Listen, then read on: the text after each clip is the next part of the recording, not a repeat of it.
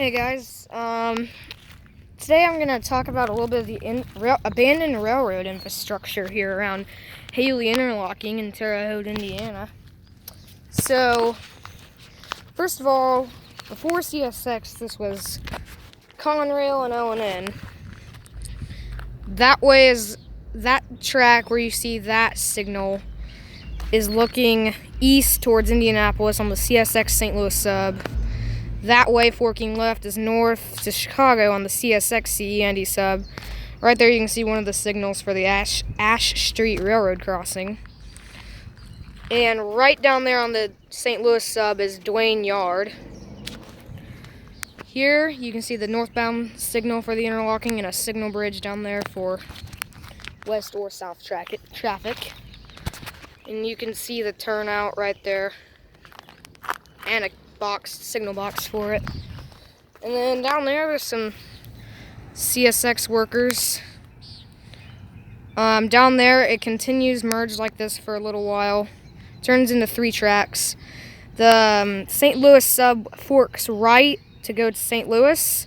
That goes west and as a 2-track line, and then the CE&D goes south to the left on a single track line. So, and that goes down to Atlanta.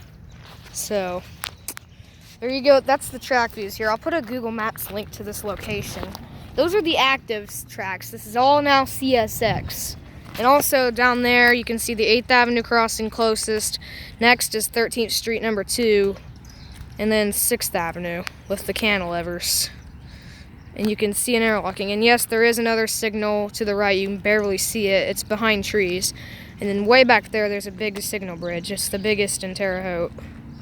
And also 13th Street number 2 there has a Wabco and a Modern Industries mechanical bill, if you're wondering.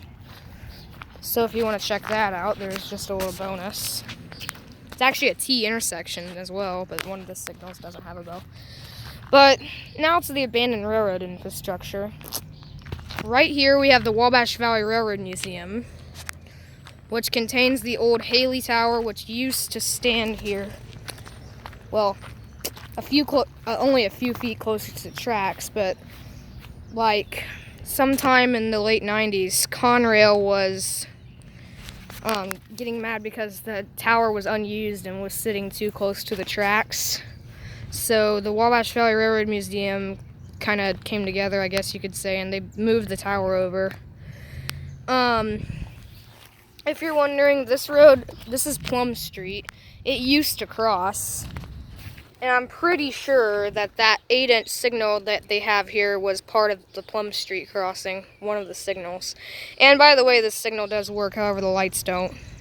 Pretty much only the bell does, but it does work. And also you can see a searchlight signal and that little yellow signal of a train order sign. Pretty sure that came from right here as well. It was right by Haley Tower, which as you can see is working, even though the museum isn't open.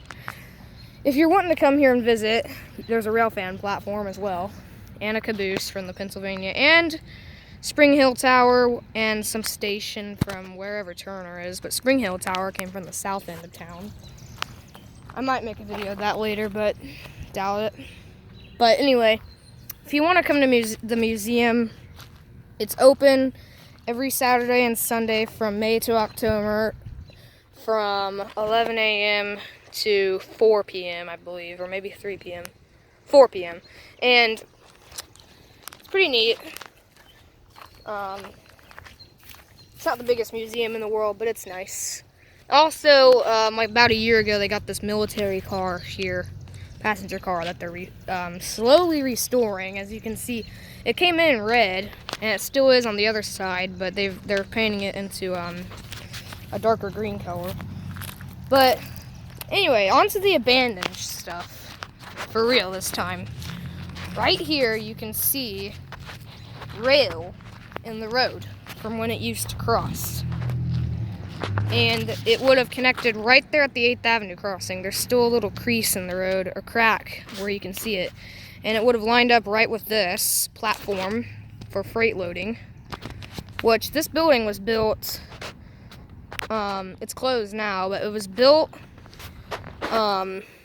after that track over there, which we'll go to in a minute, was abandoned because it sits right on top of it. Unless that track went into it and they just filled it in at some point, but doubt it.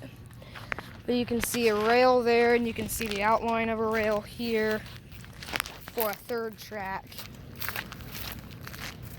And also, it would have went up there and connected as well.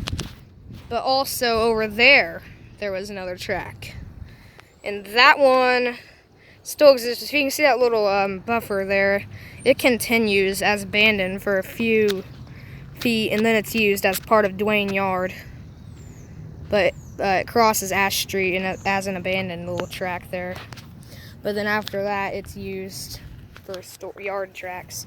But anyways, there's that. So there's the rail.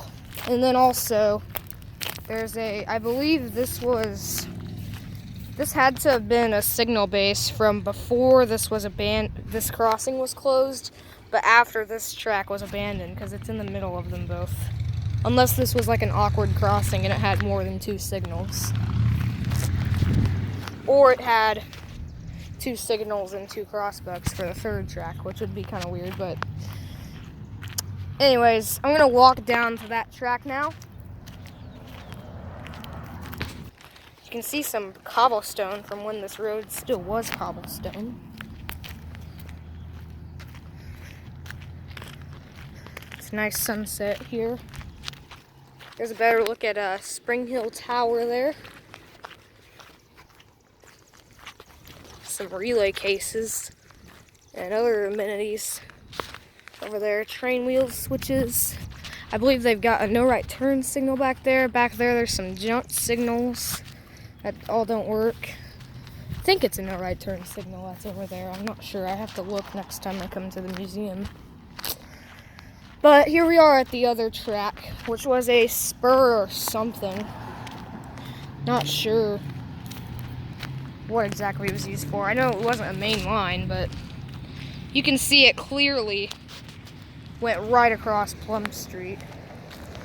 And as you can see, once again, either this was abandoned before this building was built, or it went through the building and they just patched up the little opening. You can see no rail markings in the grass, it's just in the road. Look how wide and rusted that is, too. Over here, it's less visible on this side, but this one's very visible. There was a hole here, too, and they patched it with some gravel rocks. I think they did, actually. Museum. And it leads into there. One time, like a long time ago, I dug it up a little bit, and there's more rail. Here's a little look at the rail in here. And I believe it would have served whatever this is, which I believe is also now closed. Because you can see the little doors and windows from when that was a thing. So that's kind of interesting. I'm trying to look if that was a... Oh, there's a gate back there. I see. Yeah, I'm pretty sure there's a no right turn signal there. That's interesting. But, yeah. So, I'm pretty sure I'm going to end this video here. I don't think there's anything else I need to... I don't think there's anything else I could talk about here. But, very, not like an interesting abandoned railroad area here. Isn't the nicest area of town, I guess, but, like you could say. But, you're probably okay. You're especially better if there's more rail fans here, which there's no more rail fans here right now, but you know. But yeah. And also you're better if you're inside the museum, that's fine too. But anyways, I'm gonna end it here, guys. Thanks for watching. Please like, comment, subscribe, and goodbye.